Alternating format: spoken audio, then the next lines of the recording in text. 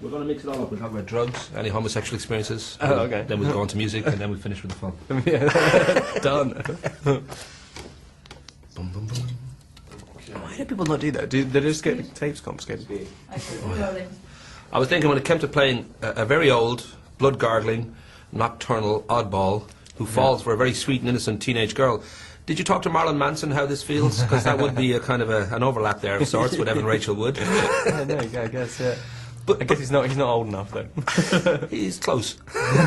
But that notion of, I know when you first read this part, you just didn't see how you could play it because the guy just seemed too perfect and too one-dimensional, and it was really the audition with Kristen that made you realise, well, there is something more here we can actually get our teeth into. For want of a better phrase. And then I went back after the audition and looked at the material, and I saw a lot more in it.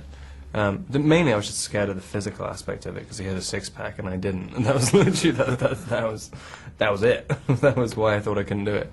But you threw yourself into it. I know you were doing the gym 8 hours a day sometimes, and almost to the point I think Catherine said, you got to slow down. You're going too far almost, and but you seem to have thrown yourself completely into it, realising maybe that this was one of those roles that could be a breakthrough. Yeah, I just thought. I didn't realise it was going to be like this big, but I thought what I was really thinking was, I guess for my own pride, I didn't want to be involved in a kind of teen thing. So I guess the only way of dealing with that is to kind of really commit to whatever your idea is. And so yeah, I was just thinking, how can I not look like an idiot? And so I tried to do everything I could. Well, to everybody will be aware at this stage, it's been a huge phenomenon in the States. 35.7 million on its opening day, over 69 million over the weekend that it opened. Thousands of screaming girls all over you. So I don't know whether, even though you've had some kind of fame with playing Cedric Diggory in the Harry Potter movies, I don't know how real fame has been treating you, whether it's been all good or whether it's a little bit too surreal. It's weird. I don't go out of my house much, so I don't really notice too many things. It's weird, like paparazzi stuff is weird. I mean, it's a really strange thing to get your head around. But, I mean, it's so new still, but I can't really exactly be jaded by it. But it does I'm kind of prone to paranoia anyway. And so, like, when it is actually real, like, it's kind of, like, that kind of drives you a little bit nuts. And you've got, like, motorbikes following you, it's like, okay.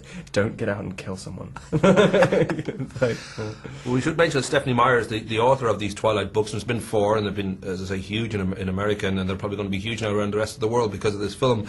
But she's a Mormon, and therefore, I mean, the idea of abstinence is quite a strong, belief for her, and it's kind of handy then that her characters have this problem that they really just can't jump on each other's bones because they might just, rip each other apart. So I don't know, for you, being the method actor that you are, you obviously believe in abstinence then as well because it's part of your character. Absolutely, yeah. You're saving yourself for that right woman. I'm a Catholic as well. I mean, I completely believe in Double that. reason.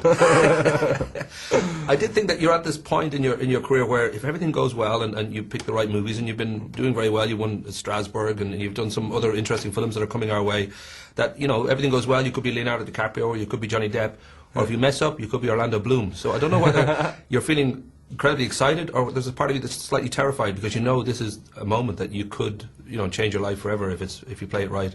Yeah, it's terrifying because I mean the way the industry's changed as well. So you can't wait 5 years to do your next job. I mean, you literally have the heat to actually get films financed for about a week now. I mean, it's like ridiculous. So if you don't find the right job, I mean, you've really got to like think quick in doing your next job, and if you want to capitalize on something's success. It's it's weird. It feels like it should open up options, but really, it kind of narrows them down because you have way more to lose. I mean, when you have nothing to lose, it's great. Like when you just do anything you get, and then you can take risks. It doesn't matter. Yeah, it's very, very stressful trying to find the right thing to do if you want to, have a longish career. But you are happy, right? Because it's a good time in your life. I presume, I'm sure you're tired and you're getting dragged around the world to do all these interviews, but I'm guessing you're a happy man right now. Well, yeah, I was very happy how well it did, yeah. I mean, it's just nice, when there's so many in work-related stuff. I mean, it's nice to be on a I guess, relatively level playing field with other people because, a lot of the time you can do an audition and, you know, you can do it well, and people just say, you know, you're not famous enough, you're not commercially viable enough to do the movie. So when you have a movie that's made 130 million or whatever, it's like, kiss my ass. Rock and roll. I'm giving the friendly finger to wrap up. Lovely to talk to you, son. Yeah, thanks a lot.